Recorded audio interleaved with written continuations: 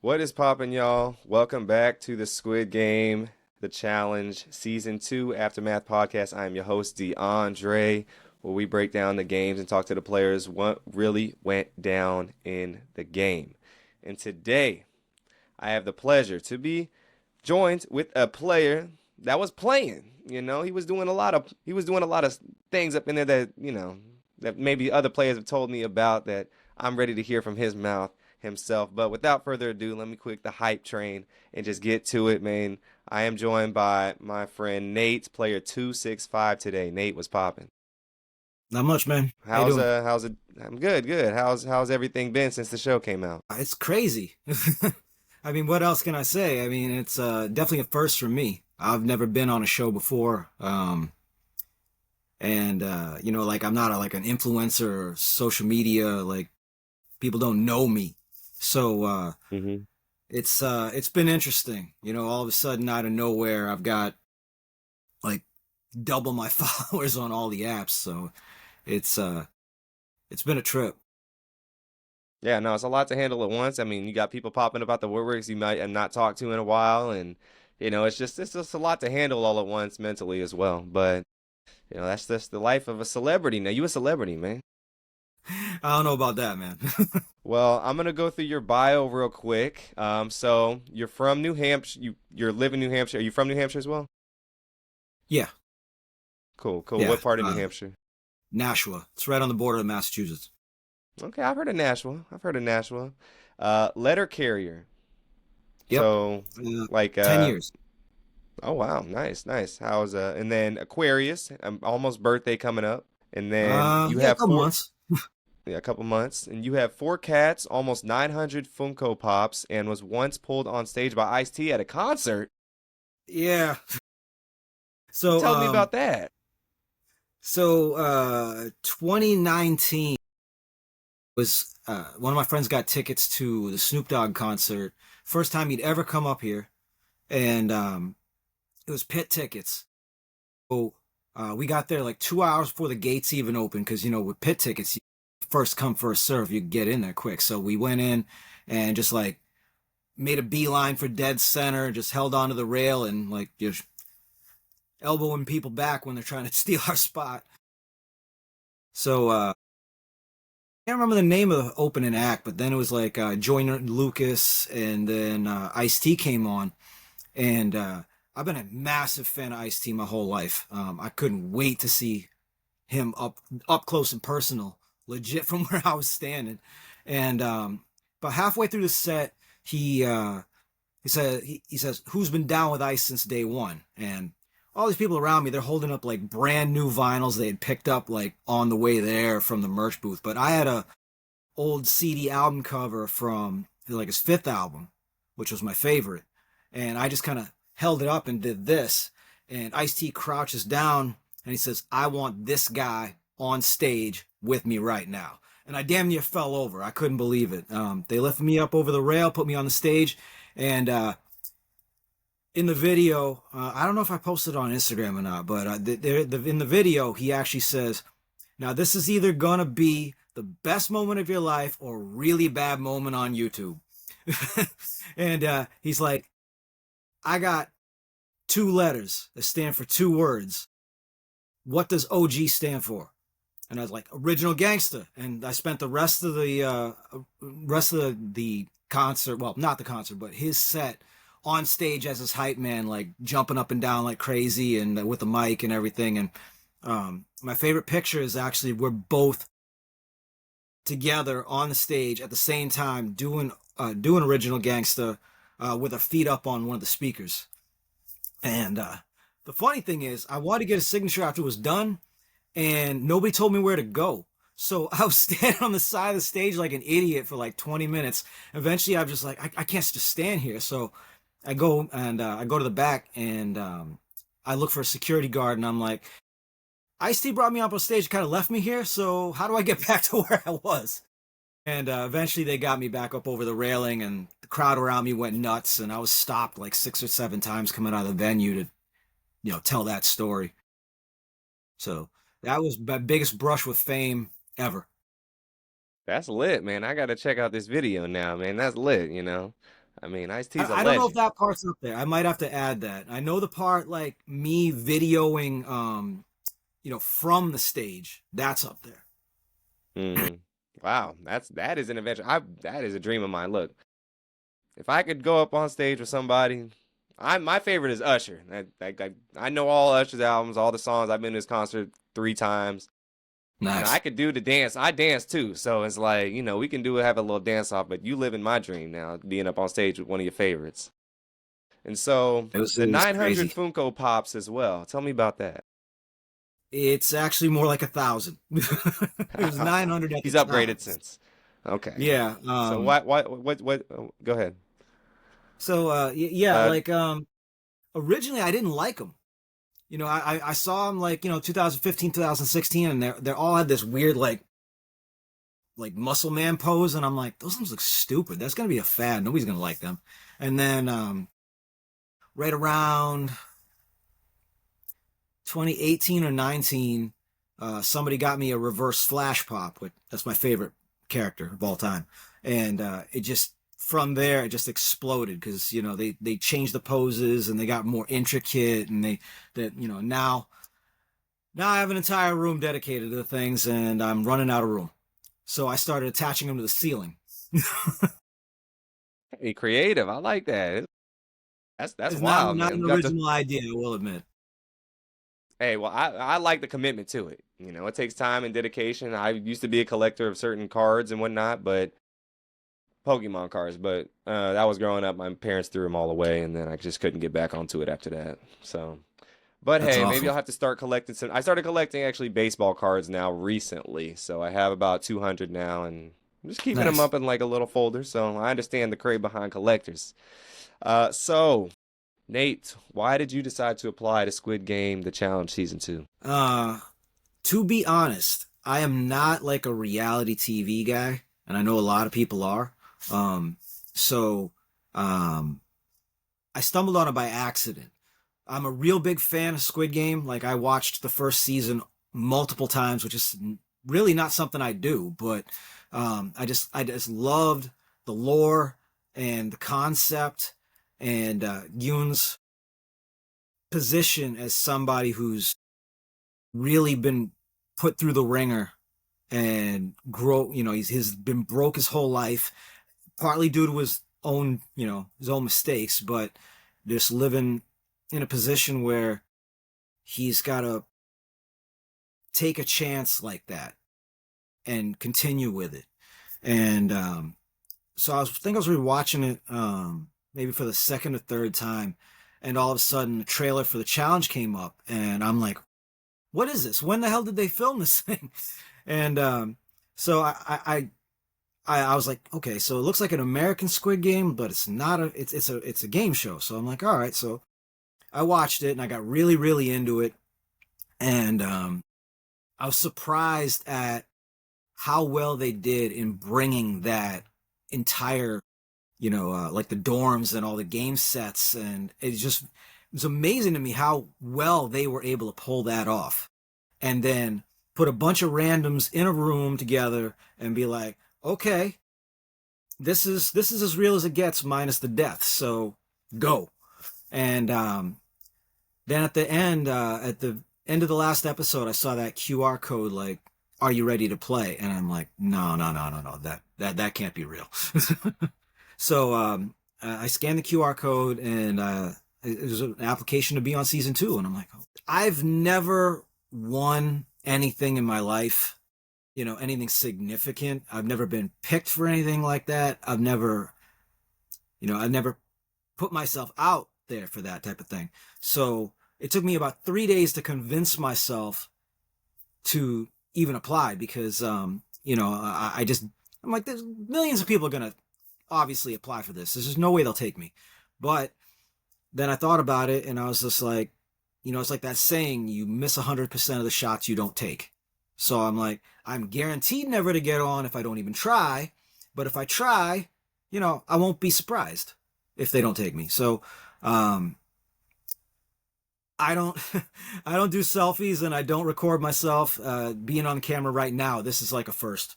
So I had a real hard time making the submission video, But eventually I got it down to about a minute 22. It's got a 1 minute limit, so I was hoping that wouldn't exclude me alone.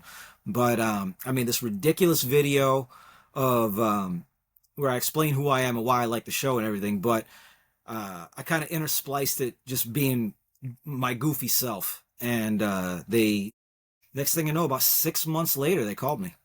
And that began a process of many, many calls, many video interviews. And next thing I know, December 2nd, they called me and said, you're going to be on the show. Wow, man, that's amazing. I mean, that's cool. It shows you what the power of a chance is going to bring you. You had doubts about Exactly. it, and you just said, "I'm gonna go for it," and things happen, and you just, that's inspiring to hear just that itself. And so you, uh-oh, I think I lost you. My camera went wonky. Hold on 1 second. Did you switch devices? Nope.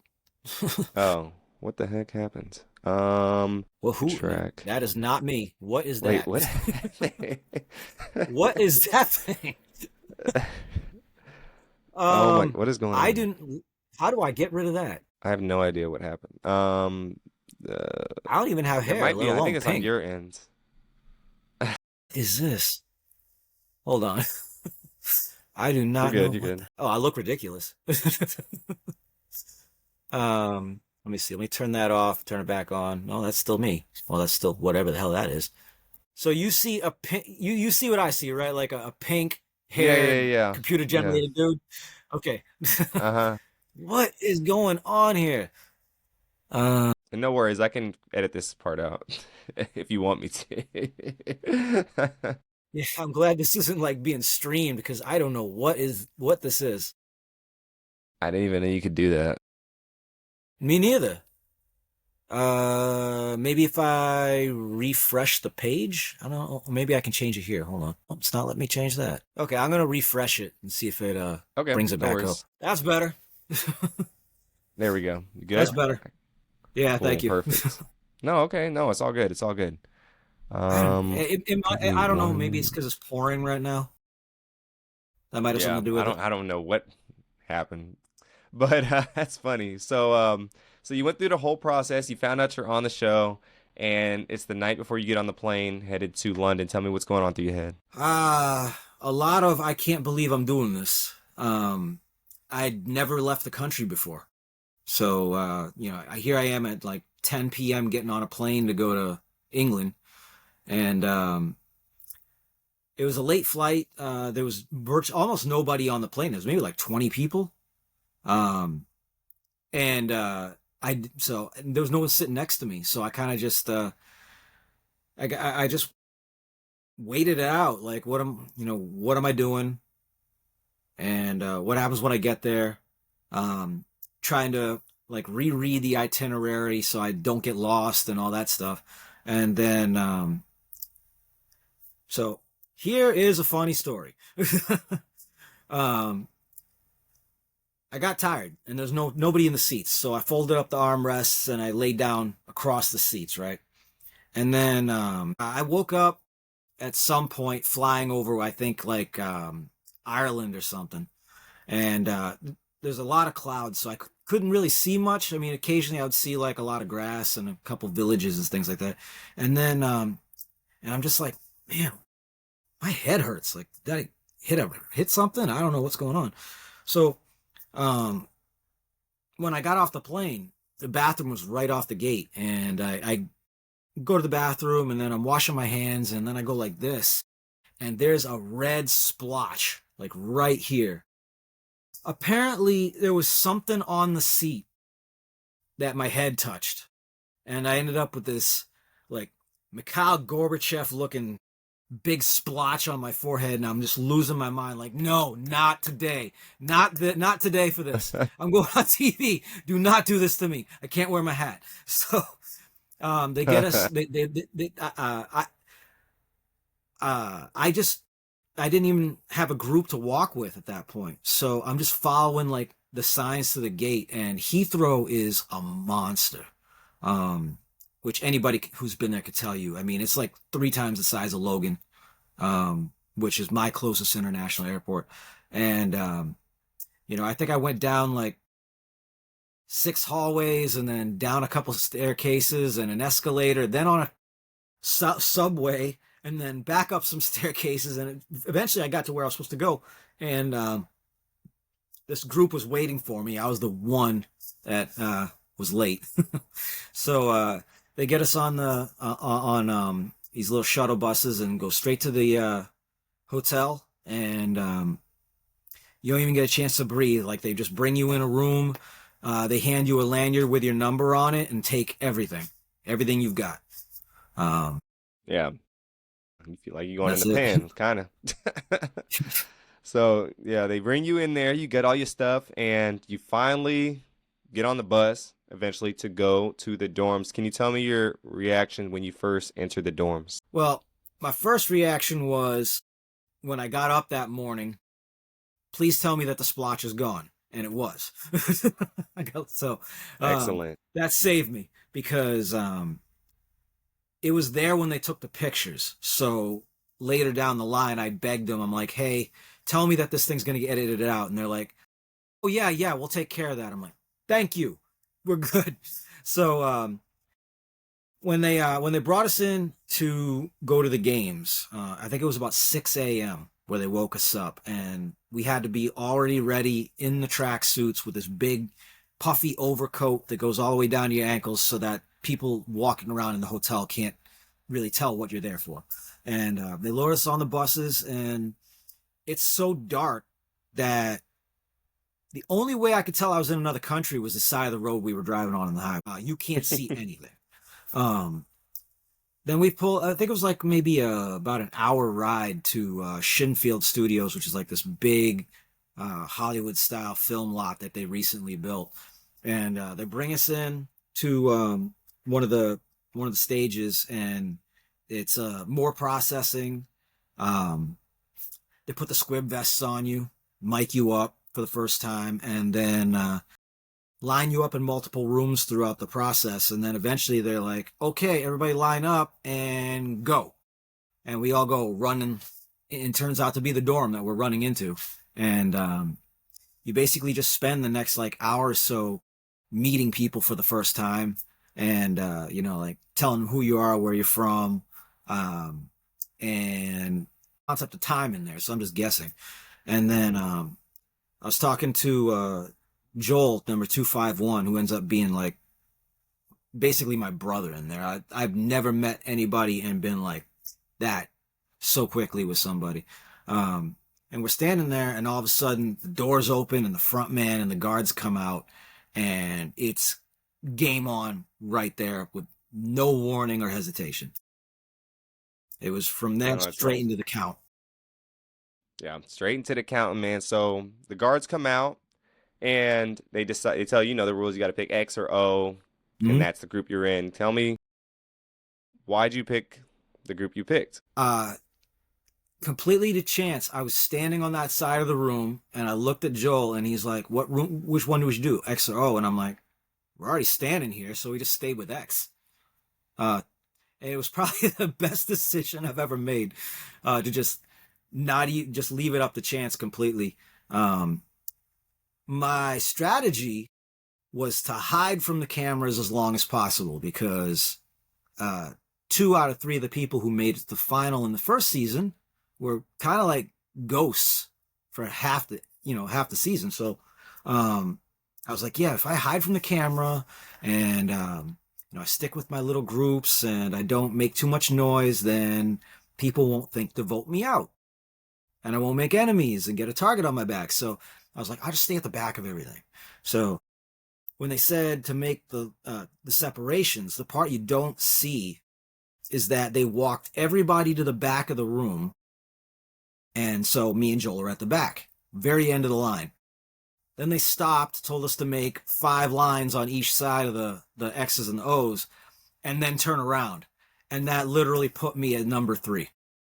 So I am right up front, right there, with 432, and after the camera comes flying through where the room is kind of like dark, like, and then it goes to look at the twins. I'm right there. You can't miss me. So Yeah, that failed man, quick. right front and center. Hey, look, plans out the window. It's time to audible, like Peyton Yeah. Manning, Omaha, Omaha. So you're at the front. You end up picking X. You guys go in the other room. They explain the rules. It's a counting game for 465 seconds. Why am I saying? Yeah, 456. 456. I don't know why I Yep. said 465. 456 seconds.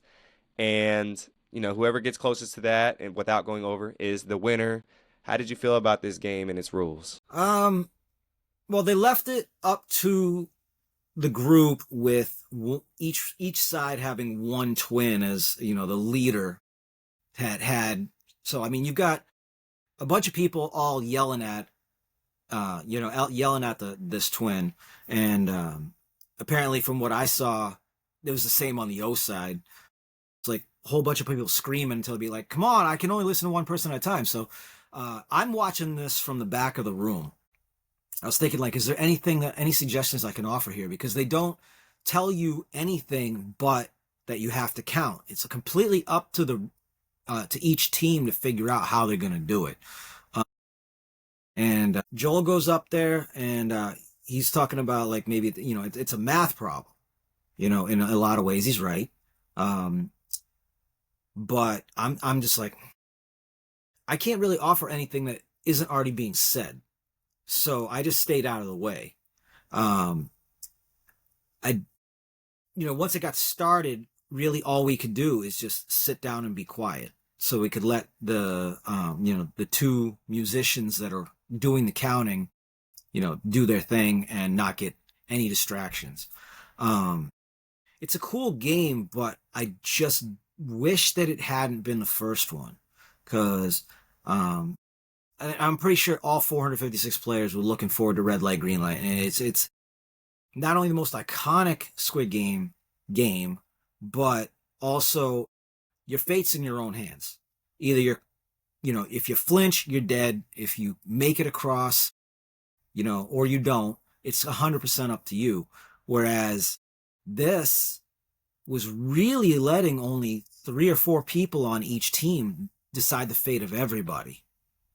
And I would rather have seen that be the second game as opposed to the first. But I mean, production has their reasons for what they did. They don't tell us what those are. So, it's just one of those things we got to live with. But I would have really loved to have played a game that was 100% on me. Yeah, no, I totally attest to that. I mean, fortunately, I got to do red light, green light. It wasn't the most fun, but it was nice to have the power in your hands, and not Exactly. just left up to chance. But luckily, your team succeeds. You guys make it through. The X's are shining in the sunlight, in the stars, and then the O's got washed away into another universe, and you guys are the victors. So when you win, you get back into the dorm and you find out 431 is coming back now too. How are you feeling about that? At the time, like everybody else, I was like, "Oh my God, he's back! How'd this happen?"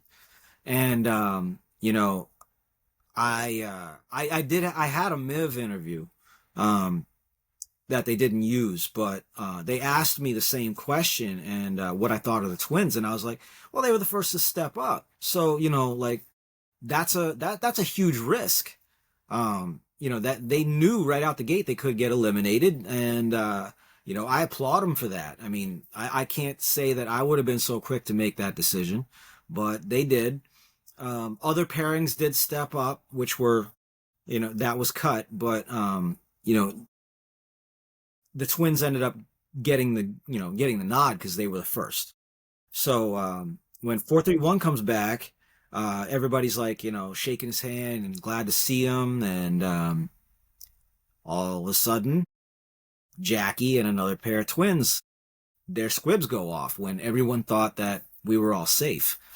And so rumors started going around like that, maybe there was a chore thing, because there were some people that had been asked to go do a chore right out the gate, to clean a bathroom, which seemed weird at the time because we hadn't really got to use them yet.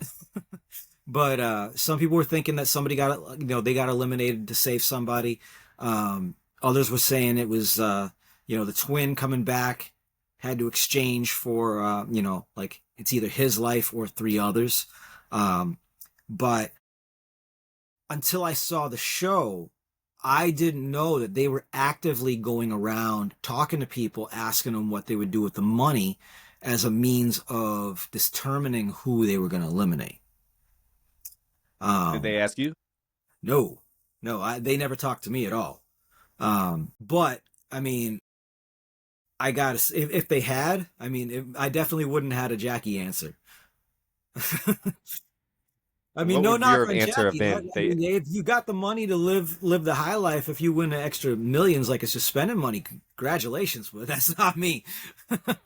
No, no, no. I would definitely be like turning my life around if it had been me. So I don't think they would have picked my answer to get me out. Yeah, well, that's very, yeah, unfortunately for Jackie, she just wasn't thinking. I mean, it's not really, I don't blame her.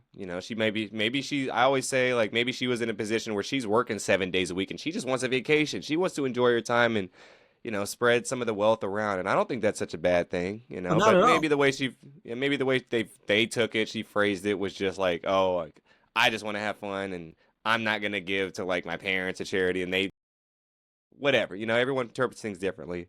But yes, 107 Jackie, 285 and 286, the twins are eliminated. And it's soon time for the next game. And so before the next game, you guys get in the staircase. Tell me your first thoughts about seeing the staircase. That was one of the things I was really looking forward to. And I was second in line for it. The funny thing, I probably hammed it up by Well, you like up not front a meaning lot. to. Thought you were supposed to be in the cut, coach. See, that's what I'm saying. I thought they were lining us up for something else. I didn't know they were lining us up to go over there. So somehow, and I honestly don't remember how, and I remember it wasn't intentional, but somehow I ended up second to do the stairs. They didn't use that cut because they focused the stairs shots on more of the middle of the group, which makes sense because you want to have as many people on the stairs as possible. But they were very adamant that we look serious because Squid Game is serious. So I'm walking on the stairs for the first time, and there's guards periodically, and I'm just mean mugging the crap. It That's probably looked funny. ridiculous because I don't have like a very convincing angry face, but um, that might be why they didn't use it. But we did the stairs like two or three times, and then they actually brought us back to the dorm for meals. The pentathlon selection in the white room actually didn't happen for another day. So, your season, you got that first dinner, with people stealing extra food and stuff like that. They just threw all of ours out for some reason. Um, Well, so when we did the stairs late at night, and then we thought we had a game, but then we really went back to sleep. So, and then we had the game the next day. So all right, they so kind of yeah, tricked it's everybody. exactly the same. Yeah. They just needed to Um, get the shots. So I yeah, understand what you're talking about. Because you're like ready to go to the next game, but then you're like, psych, we're not gonna do any games. You're just gonna go back. So, but yeah, it was, yeah, but it was they really kind of cool. pump fake.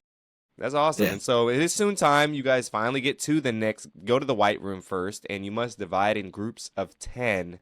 Can you tell me how'd you decide which group you're in?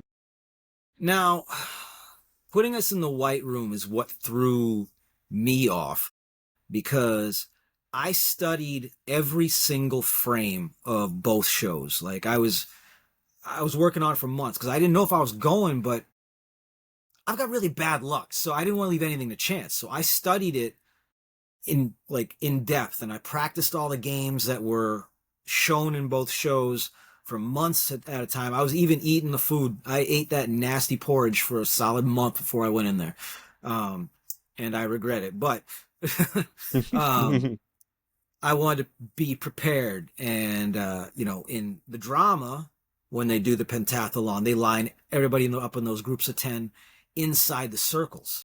So when they brought us back into the white room, the only change you could see was that there were white dots in line, and it was you couldn't see it from just walking in there because they were blending in with the floor, but they were there. And it's like, okay, well, what's this about? And then they come over loudspeaker, and they're like, you must split up into teams of 10. And I never thought that this was going to be for pentathlon, because I'm like, well, we're not on that field, so it's got to be something else. So, for the first time in my life, I had people fighting over me to be on a team as opposed to last picked. So I remember like Geo 235 is like, come to my team, and then I got Joel 251 going, all right, come on, bro, we're going this way, and I got Alicia 229 going, come on, coming this way, and I'm like, I don't know what to do. So me and Joel ended up dividing and conquering. I grabbed Alicia. I grabbed a couple other people, like Raina 070, and Joel went and got some other people, and we made our team. And then over a very long game of shuffle, where they moved the teams around before they got the order that they wanted, eventually we did go and filmed walking out of the white room, and then went back to the dorm. Back to the So dorm once back to the again. dorm, but they have it as going straight into the pentathlon. Um, though I can say that the way the guard splits Geo's team, the way he does in that first time they walk in, that reaction was legit, because they did know that they were going to be against each other. So, you know, that's just the way Yeah, it a lot of goes. people got with their friends and they was having to go against each other. So it's now your team's turn to go into the pentathlon room. They split you guys up. You're on a team of five, and you guys have to strategize who's going to do what. Tell me how that goes down and which game you decide to pick.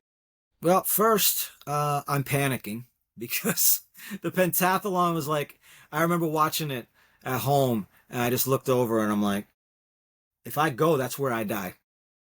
And my my girl was like, "What do you mean?" And I'm like, "I promise you, I am not surviving that. If something's gonna happen, I'm gonna, even if I make whatever I'm gonna play, I know I'm dying there." And unfortunately, art imitated life, or vice versa, because that's what happened. But we got in there, and they they said, everybody's got to play a game, and we saw that a couple of games changed. So, we were ready for, like Doc Chi and Spinning Top, and trying to figure out going in, like, who's going to take what. Uh, I asked for Flying Stone because out of all the pentathlon games, that was the one I was best at. And I was hitting 9 out of 10 of my throws, no matter how I threw it. So, like, I would throw it like this and I'd hit it. I'd throw it like that or underhand, and I was getting almost every single one. And when I was in the hotel room, I was practicing too. And I was doing really well. Um, what I was not prepared for is the way that the drama intersplices that whole scene. And you got that one guy that no matter what, he just keeps missing, he keeps missing, he keeps missing. I ended up misjudging the distance. So I was like looking at frame by frame, and it doesn't really give you a clear indication of the distance. So I'm like, if this guy's missing this often, it's got to be at least 25, 30 feet. It's got to be challenging. So that's what I was practicing from. And then I get there and it's like 12. So, yeah, that did not work in my favor. But, No. yeah. So, um, when we found out that Doc Chi wasn't in it, JW, Santa Claus, the one that stands next to me, he's like, "Oh, I used to play that as a kid." So it's like, "All right, perfect. You'll do ball in a cup. I'm going to do Flying Stone." And then Cassone, she's like, "I've been playing gongi my whole life. I'm great at it. I promise." And we're all like, "Thank God somebody on this team is, because it ain't going to be me." I never got the hang of it. Um, And then Raina was going to do House of Cards, though she was very hesitant and she was reluctant because she'd never built one before. I'm like, I know how, but I've never successfully done it. And my buddy Joel was like, Oh yeah, I've built houses of cards, but I know that if it comes down to needing to catch up, he's like, I'll knock out Jeggy. I know I can do that.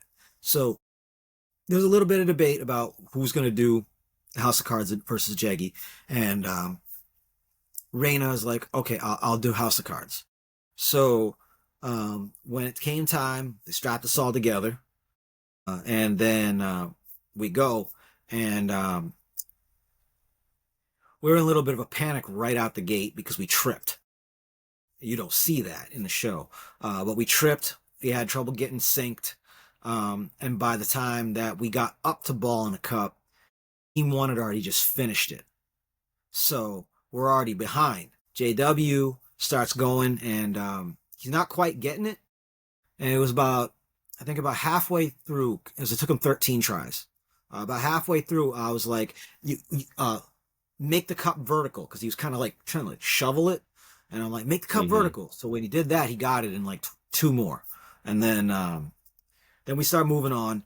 And I had told them, I'm like, I throw kind of sideways. So what you got to do is I need, um, I was JW. I'm like, you got to lean backwards and away from me, and Cassone has to lean forward so I can kind of turn. And what happened was JW was still holding on to me when I'm trying to line it up. And I'm like, dude, you gotta let go. You gotta let go. And when he did lean away, it kind of pulled me on my back foot. And when I tossed, I ended up hucking this thing way off. It went like halfway across the room. And I was just like, Oh my gosh. I shouted a very loud expletive that they asked us not to use in the game. It just comes out of me naturally.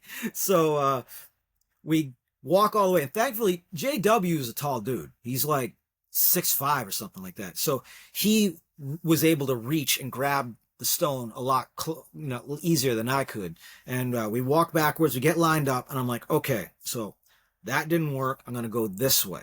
What you see in the trailer and subsequently the show is different than it actually happened. So when you watch the scene in the trailer and the show, it ricochets just about less than an inch from the stone.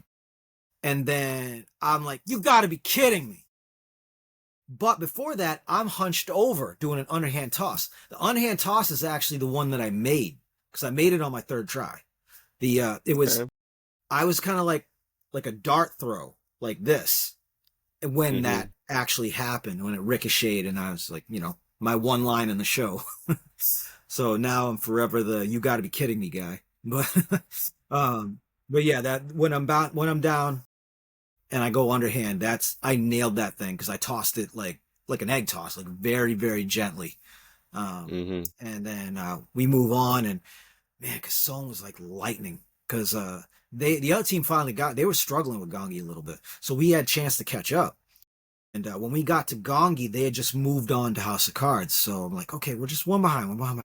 And Kasson gets down there and 1, 2, 3, 4.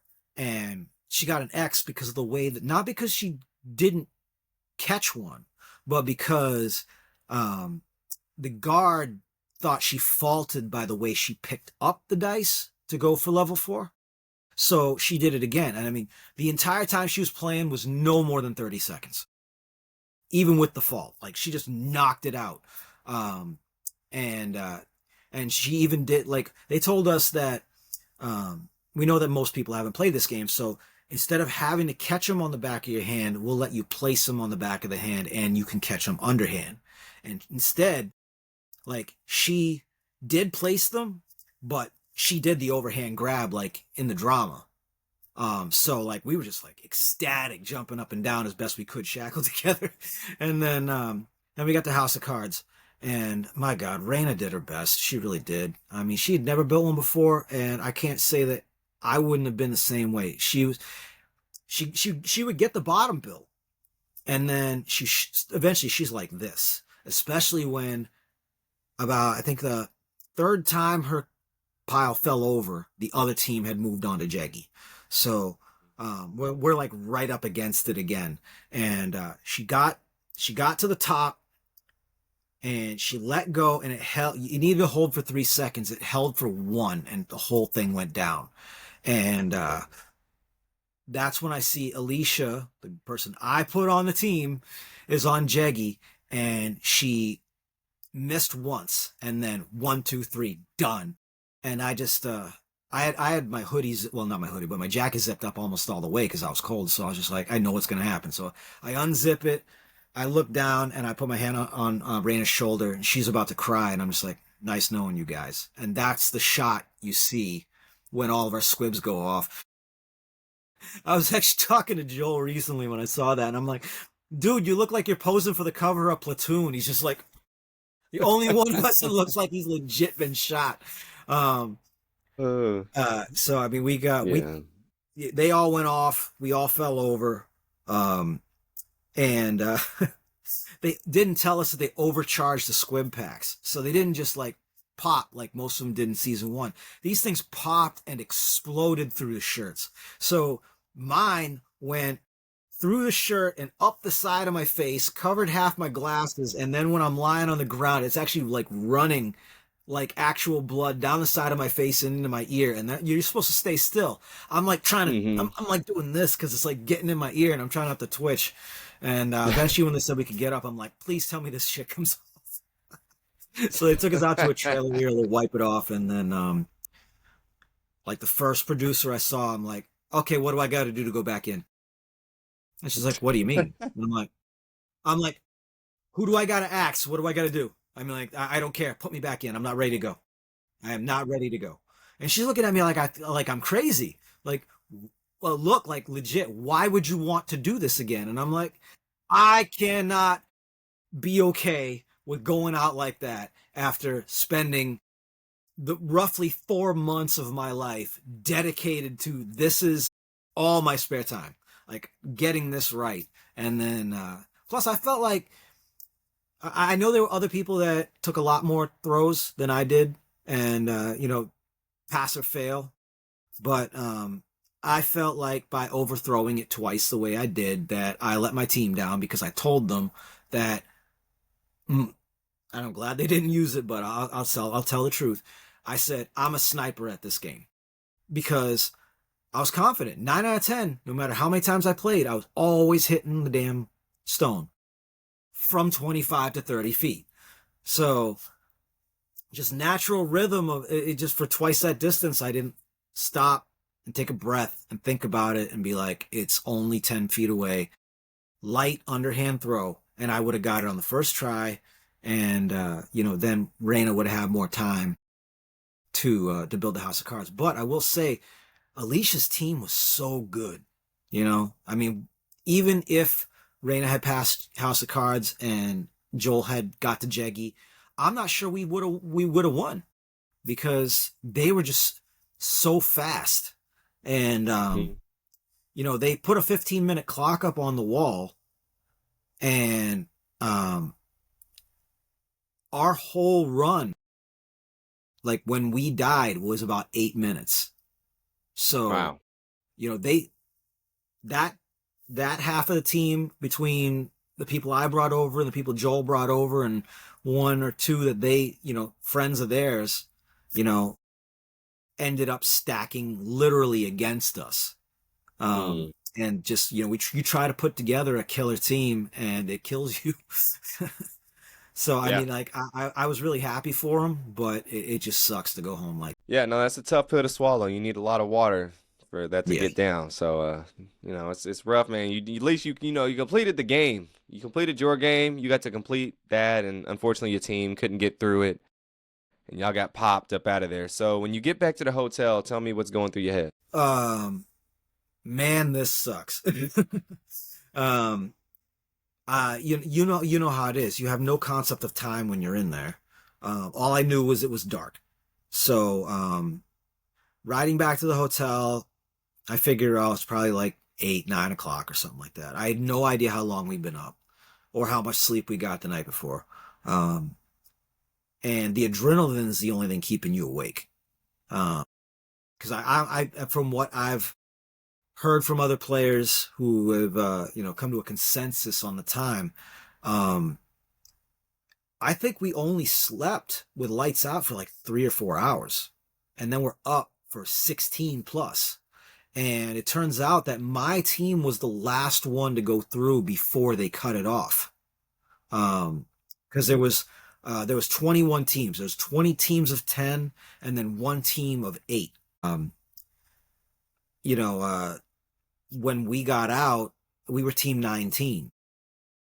So we get out and it's dark and I get back to the hotel. They give me all my stuff back. I get my phone, I turn it on, and it's 1:30 in the morning. And I'm like, my God, how long have I been awake? And I was like, okay, well, dinner was a long time, or lunch or whatever it was a long time ago. I mean, and they're like, oh, well, it's too late. So just go to bed and make sure you're down here in the morning for breakfast. So I'd Sounds had about right. I'd like a candy bar from the hotel before we went in that I'd saved in my bag. So that was my dinner. And I kind of just like I just took a shower and sat on the end of the bed and I'm like, I don't want anybody to know I'm out yet. So I just I put my phone on airplane mode just enough to keep an alarm going and I set it for like 8 o'clock and because you had to be downstairs in the next morning for like your exit processing. So I get down there for breakfast, and then I start seeing, I start seeing people like Geo and Sydney, and they're like, "Oh my God, I can't believe you're out too." And I'm like, "Yeah, what happened to you guys?" And we talked for a little bit, and then we had that, that exit interview with the psychologist, and like if you, they're telling you like if you, we're here if you need us, and all this stuff, and then uh it was from there. It was like I think I had maybe an hour or two, and then right to the airport. And then the only thing that was interesting about that was the entire time I was in the game, every person I met were like, "Oh, I think you're the only person from New Hampshire. You're the only one, only one, only one, only one." And then on the bus to the airport with me is Tabitha, who's from like half an hour away from me. So, Wow. so we were going back and forth. Like, she's like, I thought I was the only one, and I'm like, that's what everybody was telling me. So, um, so we ended up on the plane together. Though they separated us, actually on the seats, and I didn't tell anybody I was home, because I was really, like really down about the whole thing. Um, and then it took me, I'll admit, it took me a couple days to get right, just from the disappointment and that feeling like you failed. And I hadn't reached that point where rationally I put everything together and analyze it and be like, okay, I mean, the other team was faster. We had an inexperienced person on cards, you know, um, JW took 13 tries on his, and then my overthrowing, all these things contributed to losing as a team. But at that moment, I'm still like, it's 100% my fault. It's all on me. I told him I could make my throws. I missed twice. We had a long walk each time. It's my fault. So what got me through is the WhatsApp chats, because Tabitha put me on in the group that was mostly those poor bastard O's that all got ejected like right out the gate. And I start reading what everybody's going through, and I'm like, okay, I'm not alone here. Like, these guys actually had it worse, and they're feeling the exact same thing I'm feeling. So that was my therapy. And that helped me get in the right mindset of like, okay, I mean, this is just how it is. I had no real control over it, and I'm not the only one. And eventually, like I talked to Raina and I talked to Joel, and they're like, no, it's everybody contributed, and we did our best. Our best wasn't quite good enough, and that's just the way it is. And hopefully, is the next time. And that's Yeah. that's No, where hopefully we're there at. is a Like, next time, hope is man. the next time. I've talked to No, I production mean, and I've what, told you them, did all you. yeah, like I talked to Yeah, no, go production ahead. and I'm Sorry, I like, didn't mean to I interrupt. want to go back. I just reiterate, I want to go back. I want to go back. I want to go back. And they invited O's to reapply for season 3. Um, I reapplied, but oh, not again. All right, I'm back this time. So you know, I reapplied anyway, just so I could be like, all right, I've got some ideas, and I'd like to run them by you. I'm like, I don't care. I don't care if you make me a guard. I just want to be involved, you know. And that didn't. Nothing came of that. But so the hope among a lot of players is that there's going to be like a redemption season somewhere down the road, and they would bring players from season 1, season 2, and eventually season 3 back and be like, these are all the people that were cut short, too early, and hopefully have a season like that. And then maybe like later on down the line, you got an all stars one where all like maybe they pit the top 50 from each season against each other or something like that. So there's hope on the Yeah, rise. no, that's a great idea. No, I hope So I you. hope production. I hope they change their mind and put you on season 3, man. I hope so too, but I mean, I haven't heard from him at all. So I figure if that was a possibility, I probably would have heard something by now, like just, hey, how are you? You sure you want to do this type of thing? But I haven't heard anything. So I really You never wish know. season 3 people luck. And I hope a lot of O's do go, do take the leap, give it another shot. Because I've met a lot of cool people who are definitely main character quality that should have, that didn't get a chance to shine, and I hope that they do with another chance. Facts, man. Facts. We need the redemption, man. If Netflix, if y'all Absolutely. listening, take everything this man said and apply pen to pad and make it happen. Well, that's amazing. I mean, you detailed everything excellent. I mean, I could listen to you go on and on it for hours and hours. I mean, I definitely your the way you explained it is really like it's a whole nother TV show that I'm watching right now. Yeah. So, no, that's interesting. Can you tell me the biggest lesson you learned from the show? I mean, other than like what it's like to actually be on a show, like all that behind the scenes stuff that you never hear about, um, which you know how it goes. I'm not allowed to talk to until after the finale. But you know, uh, I would say outside of that, my biggest lesson is get out of that nobody would give you a shot mentality. Because obviously, shoot your shot, and sometimes you're gonna hit. This is the first show I've ever applied to, and I got on, and I honestly don't know why. um, I've asked people from production, like, why did you pick me? Like, out of over 200,000 applications that you guys actually went through, like, what about me was, above all those other people? And I've never got a straight answer. So it does prove that while, a good amount of these casts are like influencers and, YouTubers of famous people, or pseudo famous people, regular nobodies do have a shot. Especially on a game like Squid Game, where, the lore is, a lot of regular nobodies down in their luck that really, really need money. And at least half the cast fit that bill, myself included, I've always been, right on that edge of like poor or eviction and stuff like that for most of my life. So, growing up with nothing put me in that like good things don't happen to me type of mentality. And all of a sudden this comes along, and even though I didn't win the money, I've come away with, a couple hundred people that I talk to literally every day. And, one of my best friends in Joel, even though he's all the way down in North Carolina, I can't really physically see him. But, that's an award in itself, one of the things they tried to instill in us is that, you may not have won the money, but you have won because you beat over 200,000 people that we actually considered. And it's true. So if there's a lesson to be learned here, it's that always shoot your shot.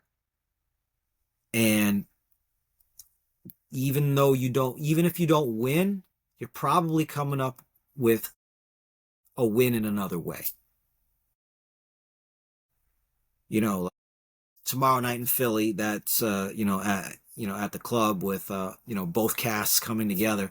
I mean, that's gonna be a perfect example right there. It's like, here it is, a bunch of hundreds of strangers who would otherwise never meet in life coming together as like a bunch of crazy friends for being on this show for anywhere from 5 seconds to going all the way.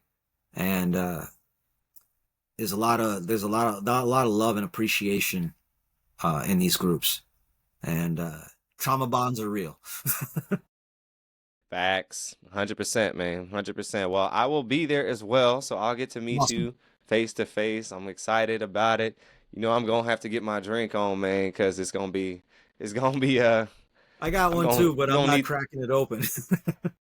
I ain't know it too. I ain't cracked. That one's not cracked open at all. Like when you found your number, I tell people like, look, just keep that. Do not open it. That's something you like will crack open way down the line. Like if I'm on my deathbed, let me crack it. Yeah. So, or even then. So, I couldn't even, I went, well, that's I did a lot of liquor stores around me, and I ended up finding bottles and shipping them to, I think I shipped like 18 bottles over the course of a couple months to all the different players.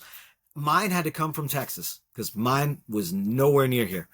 Um, so thankfully, there was a squid in Texas named Humberto who took it upon himself to send that to me. So otherwise, I wouldn't have it. nice. But I was happy to help out those I could because Yeah, no, I had a same. I lot mean, of I have stuff. my yeah, I got some still with me that I gotta give out. So, I'm glad we all able to help each other out, and so we all can take a hopefully shot together tomorrow of some good Hopefully, whiskey.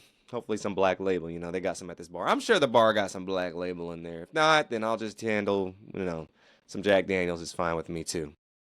Well, Nate, this was amazing getting to talk to you. I'm excited to get to meet you in person soon. same. Your story is very inspiring, and you know, I think you are attest to great things will happen after this show as well too.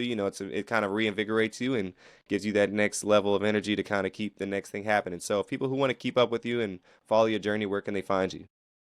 Um, Everything is Natron DP17 at on Instagram. I recently joined TikTok. I don't know how to use it, so don't be surprised if I've got nothing posted. Um, because I don't dance. Just put that out there. um, and it's Nate Plamondon on Facebook. So I'm Follow him, actually y'all. yeah, Follow him. I'm pretty easy to find. So I mean, if you follow any other squids, you'll probably find me in the list because I And get follow down all of to them. it, y'all. Click. Man, excellent. That's what we love to see, man. Well, thank you again for joining me. This was amazing. And for y'all at home, thank y'all for watching and listening. Until next time, y'all, peace, blessings, deuces, and have a great rest Good of one. your day. Thank you.